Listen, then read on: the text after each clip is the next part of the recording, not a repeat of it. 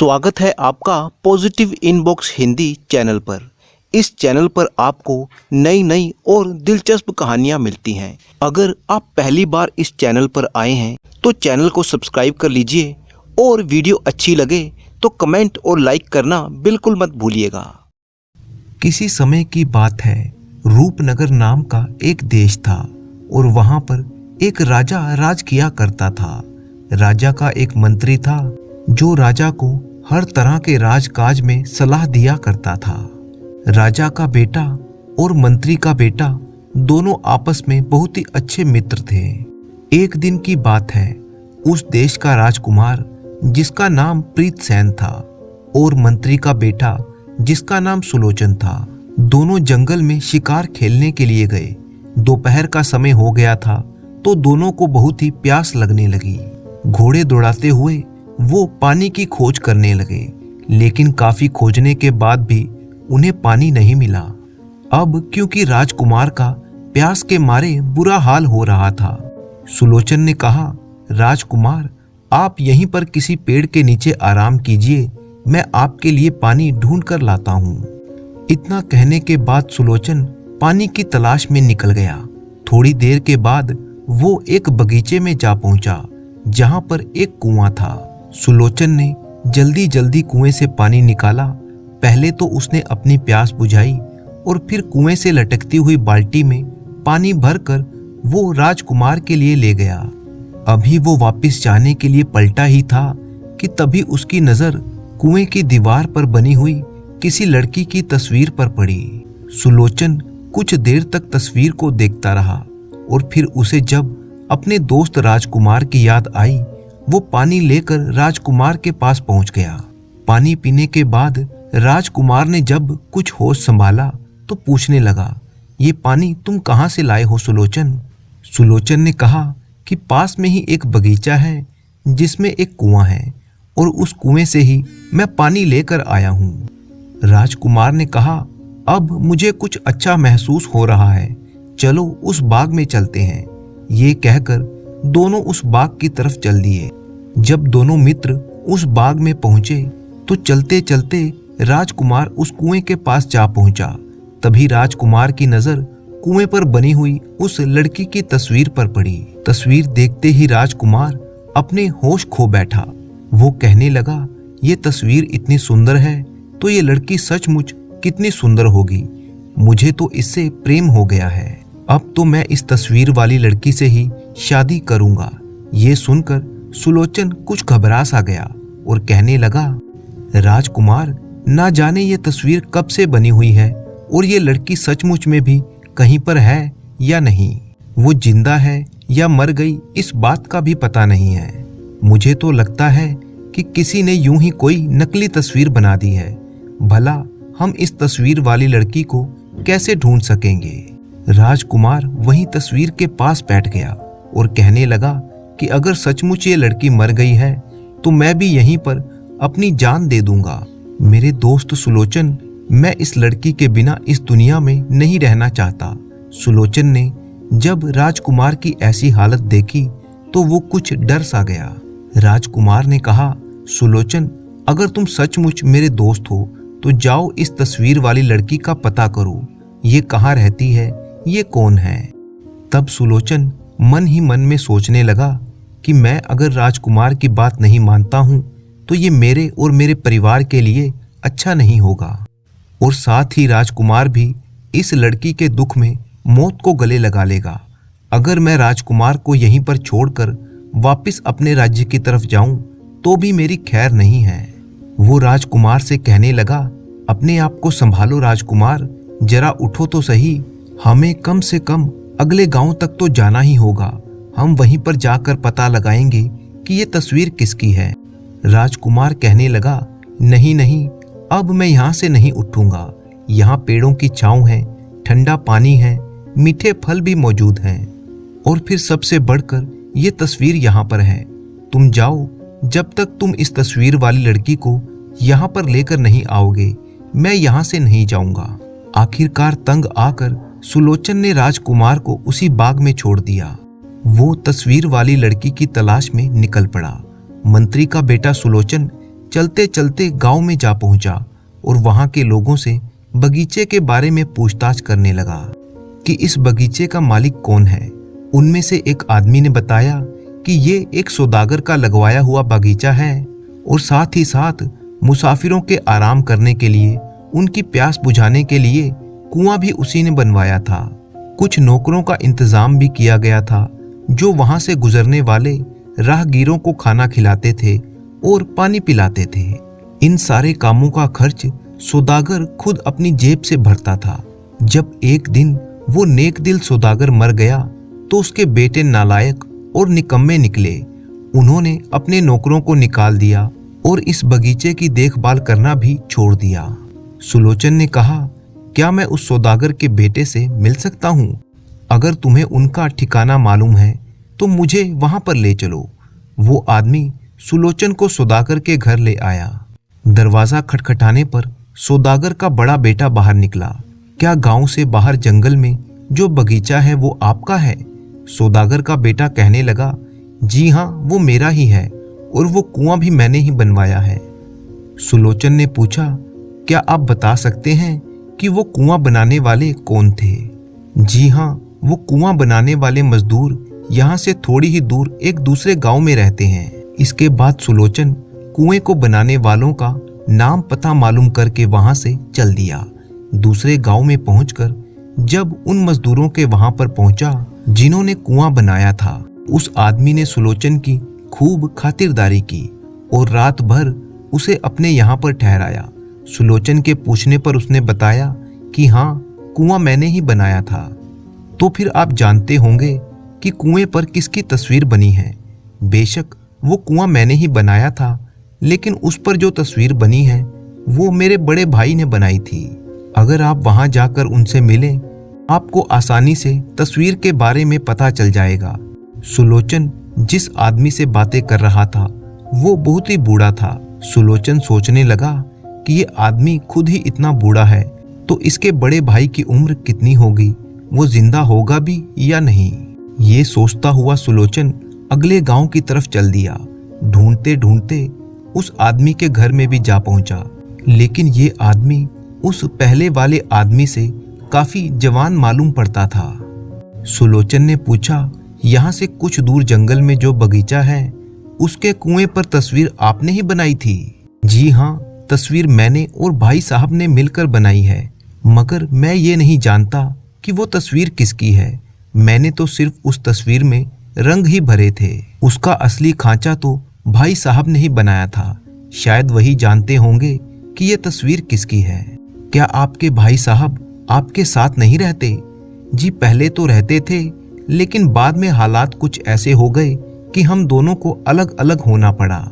लेकिन अभी भी वो कुछ ही दूरी पर एक गांव में रहते हैं। अगर आप वहां जाकर पता करेंगे कि नंदी का घर कौन सा है तो गांव का बच्चा बच्चा आपको उनका पता बता सकता है। सुलोचन ने उस आदमी से विदा ली और उसके बड़े भाई से मिलने के लिए दूसरे गांव में चल पड़ा। सचमुच नंदी साहब तस्वीर वाले को गांव का बच्चा बच्चा जानता था। सुलोचन को बड़ी ही आसानी से उनका घर मिल गया। उस आदमी को देखकर सुलोचन की आंखें खुली की खुली रह गईं। सुलोचन कहने लगा, मैं आपके पास एक बहुत ही जरूरी काम से आया हूँ, लेकिन उससे पहले एक बात जो मुझे हैरान कर रही है वो ये, आप तो बिल्कुल जवान हैं, जबकि आपके छोटे भाई आपसे बूढ़े नजर आते हैं। नंदी साहब ने मुस्कुराकर बताया कि मेरे सबसे छोटे भाई की पत्नी उसका कहना नहीं मानती। वह कहता कुछ है तो उसकी पत्नी करती कुछ और है। इसी दुख और चिंता के कारण वह अपनी उम्र से 3 गुना बड़ा नजर आता है। चिंता और दुख 100 बीमारियों की एक बीमारी है। मेरे मंझले भाई की पत्नी अपने पति का कभी कभी ही कहना मानती है, इसीलिए आपने देखा होगा कि मेरा मंझला भाई इतना ज्यादा बूढ़ा नहीं है, जबकि मेरी पत्नी मेरा हर कहा मानती है, तो मुझे कोई भी दुख या चिंता नहीं है, इसीलिए मैं जवान दिखाई देता हूँ। खैर, आप ये सब बातें छोड़िए, आप बताइए कि आप मुझसे मिलने के लिए क्यों आए हैं। सुलोचन ने सारी बात विस्तार पूर्वक बता दी और फिर कहने लगा कि बाग वाले कुएं में तस्वीर आपने ही बनाई है वो किस औरत की तस्वीर है, मैं उसकी तलाश में निकला हूँ। अरे तुम उसके बारे में मत ही पूछो, वो कोई औरत नहीं बल्कि एक राजकुमारी है। कोई भी उस राजकुमारी को हासिल नहीं कर सकता। सुलोचन कहने लगा, देखो मैं भी एक राजकुमार का खास मित्र हूँ। मेरे राजकुमार ने कहा है कि जब तक वो उस राजकुमारी से मिल नहीं लेगा वो उस बाग में ही पड़ा रहेगा। ऐसी हालत में आपको मेरी सहायता करनी होगी। हजूर, आपकी बात बिल्कुल सही है, लेकिन मुश्किल तो ये है कि इस लड़की से मिलना तो दूर, उसकी तरफ कोई देख भी नहीं सकता। तो फिर आपने उसकी तस्वीर कैसे बना ली? नंदी साहब कहने लगा, कुछ समय पहले की बात है। मैं एक बार उस राजकुमारी के राज्य से गुजर रहा था। मैं नाव पर बैठा हुआ नदी के दूसरी तरफ जा रहा था कि तभी राजकुमारी वहां अपनी सहेलियों के साथ सैर करने के लिए आई। मैंने राजकुमारी की परछाई जब पानी में देखी तो अपनी नाव वहीं पर रोक ली। मैंने तुरंत एक कागज पर राजकुमारी की कच्ची पक्की तस्वीर बना ली। मैंने एक बार भी हिम्मत नहीं की कि उस राजकुमारी की तरफ आंख उठाकर भी देख सकूं। शायद राजकुमारी और उसकी सहेलियां भी यही सोच रही थी कि मैं नाव में कोई चीज ठीक कर रहा हूं। जल्दी जल्दी मैं अपना सारा काम खत्म करके वो कागज अपने साथ रख लिया। अपनी नाव मैंने आगे बढ़ा दी। जब मैं नदी के दूसरे किनारे पर पहुंचा और मैंने वापस महल की तरफ देखा तो राजकुमारी और उसकी सहेलियां, उनका कुछ भी पता नहीं था। इस घटना के कुछ दिन बाद मैं अपने मंझले भाई से मिलने गया तो पता चला कि वो आजकल एक कुएं पर कारीगिरी कर रहा है। मैं भी उसके साथ उस कुएं पर पहुंच गया। मेरा भाई भी बहुत अच्छे फूल पत्ते बनाता है। कुएं पर पहुंचकर वह तो अपने काम में लग गया और मैंने कुएं की दीवार पर राजकुमारी की तस्वीर बना दी। मेरे मंझले भाई ने देखते ही देखते उसमें रंग भर दिए और ये वही तस्वीर थी जो आपको मुझ तक खींच कर ले आई है। सुलोचन चुपचाप उसकी कही हुई बातें सुन रहा था और फिर कहने लगा, सचमुच मैं आपसे मिलकर बहुत ही खुश हुआ हूँ। अब मैं चलता हूँ। राजकुमार बेसब्री से मेरा इंतजार कर रहा होगा। जाते जाते सुलोचन ने पूछा, आपने उस राज्य का क्या नाम बताया था? जी, तुलसी नगर। मुझे जो कुछ भी मालूम था मैंने आपको बता दिया। आप तुलसी नगर जाइए, शायद आपका काम बन जाए। सुलोचन वहां से चला गया। चलता चलता वह तुलसी नगर जा पहुंचा, जहां पर नगर के बीचों बीच एक नदी बहती थी और उस नदी के किनारे पर राजा का महल था। वहां पहुंचते ही सुलोचन को पता चला कि वहां के राजा के नियम और कानून बहुत ही सख्त हैं। कोई भी आदमी महल के आसपास नहीं घूम सकता। कोई भी महल की खिड़की की तरफ नजर नहीं उठा सकता, क्योंकि वहां पर राजकुमारी बैठती थी। जो कोई राजकुमारी की खिड़की की तरफ देखता उसकी आंखें निकलवा दी जाती और अगर कोई इशारा करता तो उसके हाथ कटवा दिए जाएंगे। ये सारी बातें मालूम करने के बाद सुलोचन ने अपना भेष बदल लिया। वह एक लड़की का रूप धारण कर लेता है। उसने बाजार से बहुत ही सुंदर सुंदर चूड़ियां खरीदी। वो महल के पास से गुजरने लगा और थोड़ी थोड़ी देर में बहुत ही बारीक आवाज में पुकारता, शाही चूड़ियां ले लो, निराली चूड़ियां ले लो।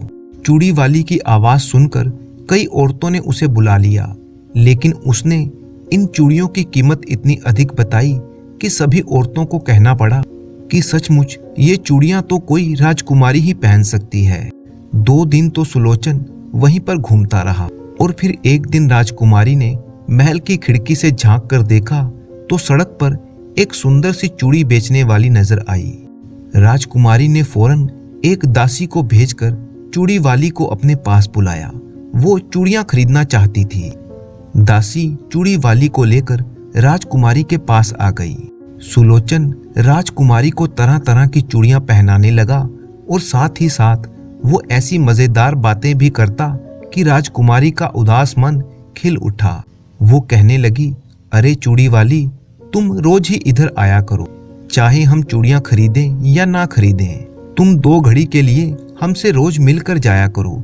तुम्हारी मजेदार बातें हमें बहुत ही पसंद आई हैं। सुलोचन कहने लगा, अगर आपकी यही इच्छा है तो मैं यहाँ पर जरूर आया करूंगी। उस दिन के बाद से सुलोचन प्रतिदिन राजकुमारी के पास आने लगा। एक दिन जब सुलोचन राजकुमारी से मिलकर जल्दी ही अपने घर वापस लौटने लगा तो राजकुमारी बोली, क्यों री, आज क्या बात है? तुम जल्दी ही वापस क्यों जा रही हो? राजकुमारी जी, मेरा पति बीमार है और आज मैं उससे जल्दी लौटने का वादा करके आई हूँ। ईश्वर करे कि वो अच्छा हो जाए तो मैं दिन भर यहीं पर रहा करूंगी।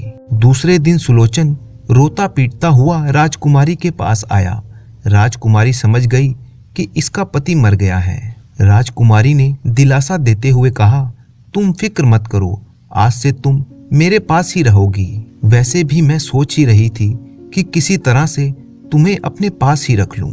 सुलोचन, जो कि एक लड़की के वेश में था, वो राजकुमारी से कहने लगा, मैं इस शहर में अकेली हूँ। राजकुमारी जी, आपके सिवा मेरा कोई नहीं है। राजकुमारी ने सुलोचन को गले से लगाया और कहने लगी, तुम्हारा इस दुनिया में कोई नहीं है। तुम आज से मुझे ही अपना समझो। आज से तुम मेरी नौकरानी नहीं बल्कि मेरी खास सहेली हो। सचमुच राजकुमारी ने जो कहा वो करके भी दिखाया। वो हमेशा सुलोचन को अपने साथ ही रखती, खिलाती पिलाती और घंटों दोनों बाग बगीचे और नदी में सैर करते रहते। एक दिन की बात है, बातों ही बातों में सुलोचन ने राजकुमारी से पूछा, राजकुमारी, आपको याद है जब मैं पहली बार यहाँ पर आई थी तो आपने मुझसे कहा था कि आप बहुत दिनों के बाद मुस्कुराई हैं और आज भी मैं देख रही हूँ कि आप कुछ चिंता में हैं। राजकुमारी ने कहा, सखी, मैं तुम्हें क्या बताऊं। उस निर्दयी और दुष्ट आदमी ने आज अपना एक दूत भेजकर पिताजी से पूछा है और शादी की तारीख जल्दी से जल्दी निश्चित करने की बात कही है। वो दुष्ट आदमी यहाँ से 200 कोस दूर एक राज्य का राजा है।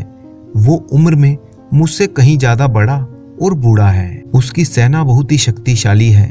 पिताजी को डर है कि अगर उन्होंने शादी से मना कर दिया तो वो दुष्ट राजा हमारे राज्य पर चढ़ाई कर देगा। पिछले 2 सालों से पिताजी उसे टालते आ रहे हैं, लेकिन आज उसने अपना एक दूत भेजकर आखिरी फैसला मांगा है। ये कहते कहते राजकुमारी सुलोचन से लिपट कर रोने लगी। सुलोचन ने कहा, क्या इसका कोई समाधान नहीं है? नहीं, बिल्कुल भी नहीं। अगर ये बात है तो चलो हम इस नगर से भाग जाते हैं। राजकुमारी ने कहा, अरे बेवकूफ, हम दोनों औरतें भाग कर जाएंगी कहाँ? यहाँ पर इतना सख्त पहरा है कि ना तो कोई अंदर आ सकता है और ना ही बाहर जा सकता है।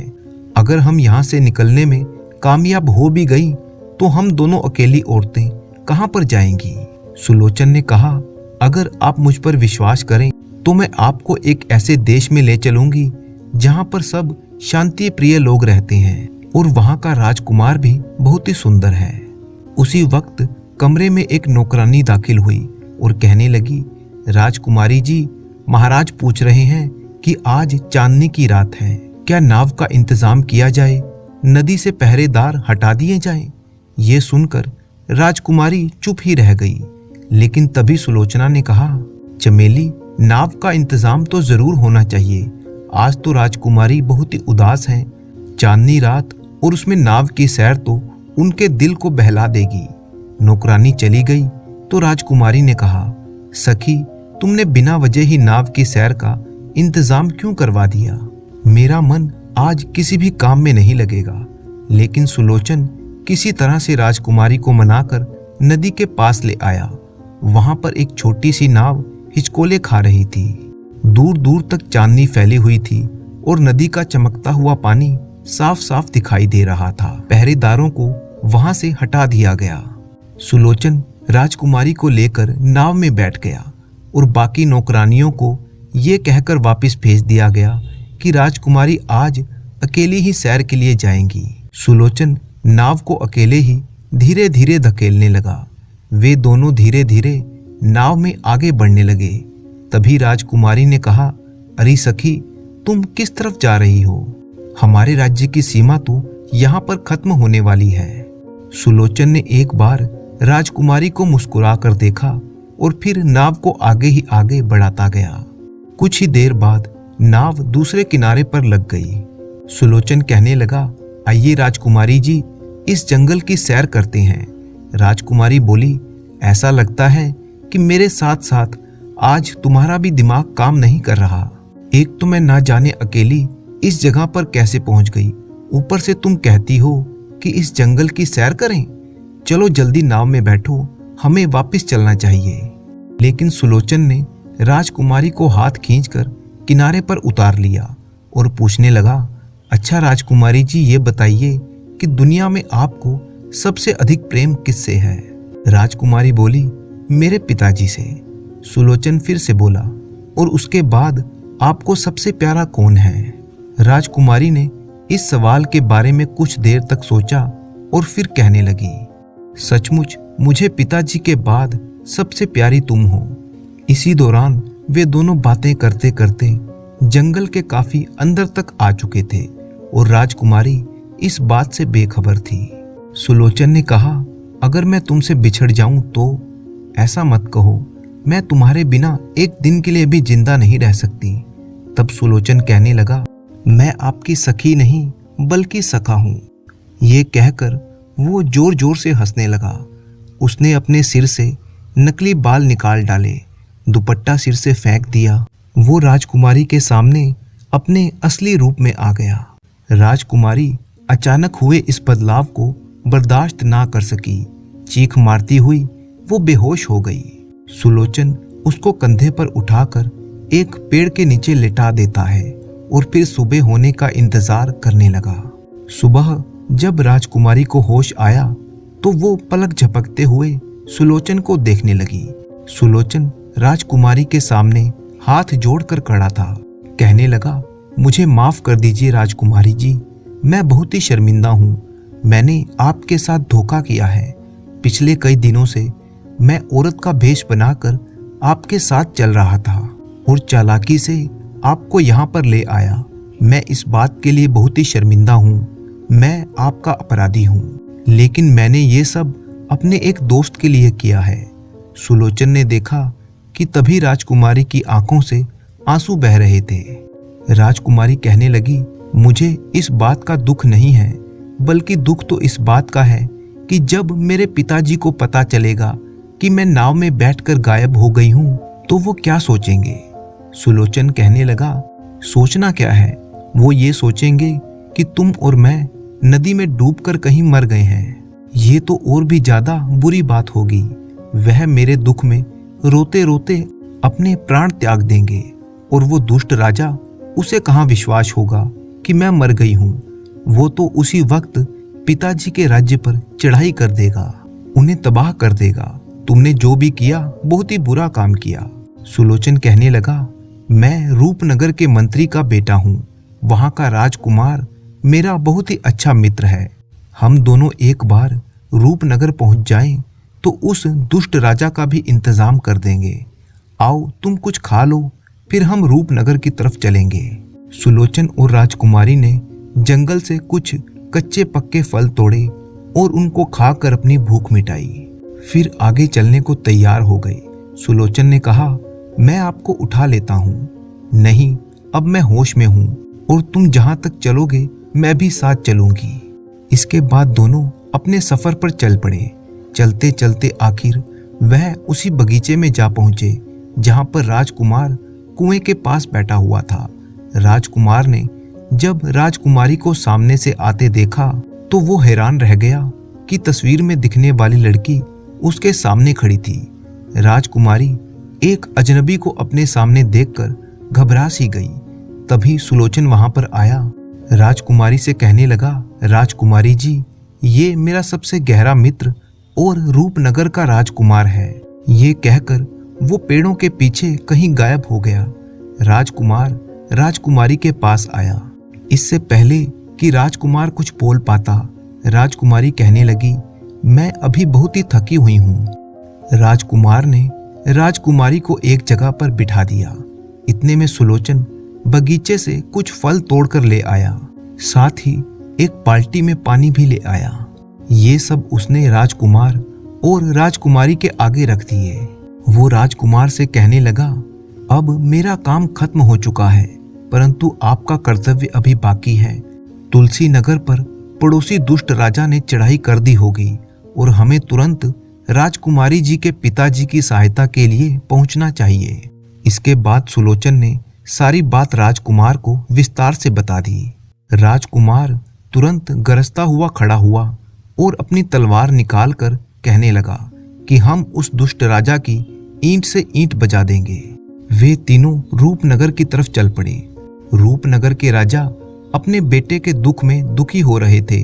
जब उन्होंने उसे जीवित देखा तो बहुत ही खुश हुए। सारी बात जानकर राजा ने अपनी विशाल सेना राजकुमार के हवाले कर दी। राजकुमार अपनी विशाल और बहादुर सेना के साथ तुलसी नगर की तरफ चल दिया। उसका अंदेशा बिल्कुल सही निकला। दुष्ट पड़ोसी राजा ने तुलसी नगर पर आक्रमण कर दिया था, लेकिन बहादुर राजकुमार ने अपनी विशाल सेना की सहायता से दुष्ट पड़ोसी राजा को युद्ध के मैदान में मौत के घाट उतार दिया। तुलसी नगर के राजा को जब अपनी जीत की खबर मिली तो वह बहुत ही खुश हुआ। अपनी बेटी को जिंदा देखकर उन्होंने उसे गले से लगाया और फिर राजकुमारी ने अपने पिता को सारी बात बताई। कुछ दिनों तक तुलसी नगर का शाही मेहमान रहने के बाद राजकुमार का विवाह एक शुभ मुहूर्त पर राजकुमारी के साथ कर दिया गया। तो दोस्तों, इसी तरह की मजेदार कहानियां देखने के लिए आप चैनल को सब्सक्राइब कर लीजिए। कहानी आपको कैसी लगी कमेंट बॉक्स में जरूर बताइएगा। अपने दोस्त राणा मंजीत सिंह को दीजिए अनुमति। मिलते हैं आपसे अगली कहानी में।